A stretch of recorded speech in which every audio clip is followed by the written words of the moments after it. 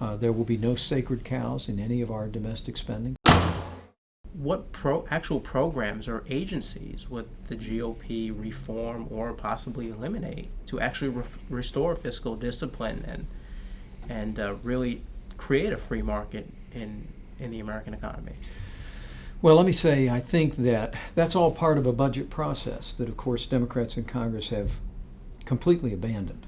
It really is extraordinary to think that since the adoption of the Budget Act in the early 1970s, this is the first Congress in contemporary history that has failed to produce a budget, that has failed to go through the process of identifying what programs are to be reduced and by how much, what programs are to be maintained, and with what resources.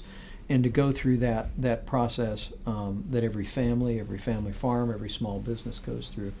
Congress has completely abdicated their responsibility to create a budget.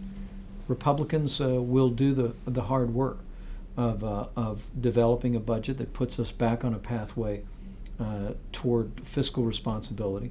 We'll do that through budget restraint of domestic programs. There will be no sacred cows in any of our domestic spending. We'll look at savings even in defense spending. And we'll also look at entitlement reform.